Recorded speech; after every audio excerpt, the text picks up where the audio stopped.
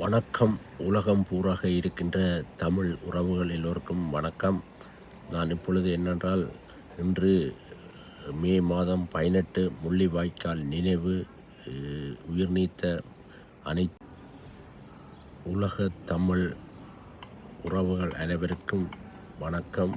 இன்று மே 18 முள்ளிவாய்க்கால் நினைவேந்தல் நிகழ்வு உலகம் பூராகவும் ஈழத்திலும் பரவலாகவும் எல்லா இடமும் நடைபெற்று கொண்டு இருக்கின்றது.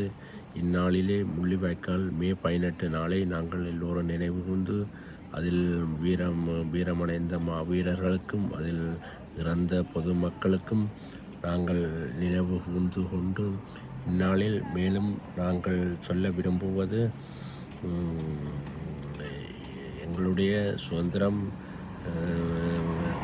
தேசியம், இறையாண்மை பற்றிய புரிதல் எல்லா மக்களுக்கும் தேவை.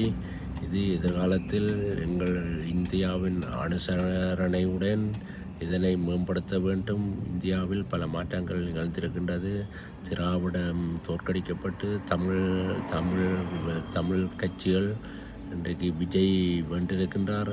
அவருடைய அனுசரணையில் ஈழத்தில் பல மாற்றங்களை நாங்கள் கொண்டு வர வேண்டும்.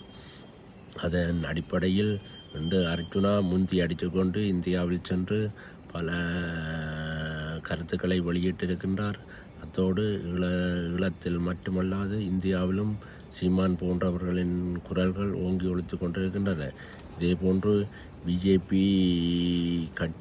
பிஜேபி மோடி அரசாங்கம் இருக்கின்ற காலத்திலேயே எங்களுடைய உரிமைகளை நாங்கள் அவர்களுடன் கதைத்து இதை பெற்றுக்கொள்ள வேண்டும். குறிப்பாக நாங்கள் இந்த மன்னார் ராமேஸ்வரத்துக்கான இடையான பாலத்தை கட்டுவதன் மூலம் இந்தியாவுக்கும் இலங்கைக்கும் ஈழத்துக்குமான உறவை மேம்படுத்துவதோடு நாங்கள் பொருளாதாரத்திலும் மேம்படுவதற்கான அதிக சந்தர்ப்பங்கள் இருக்கின்றது.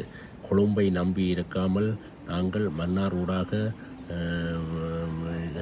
இந்தியாவின் தொடர்புகளை பேணுவதனால் பொருளாதாரத்தில் எங்களுக்கு தேவையான மெட்டீரியலை இந்தியாவிடம் பெறுவது இலகுவாகவும் அதை சந்தைப்படுத்துவது இலகுவாகவும் இருக்கும். ஆக நாங்கள் இந்த பாலத்தை மோடி அரசாங்கத்திடம் இருக்கிற காலத்தில் நாங்கள் இதை செய்து முடிக்க வேண்டும். இது பெரிய ஒரு தற்சமயம் டிஜிட்டல் உலகத்தில் இதெல்லாம் ஒரு பெரிய ஒரு வேலையாக இருக்காது என்று நினைக்கின்றேன். இதே போல் ஒரு பாலத்தை, இதே போல் நீண்ட பாலத்தை மும்பையிலும் கட்டியிருக்கிறார்கள். இது இரண்டு நாடுகளையும் இணைக்கின்ற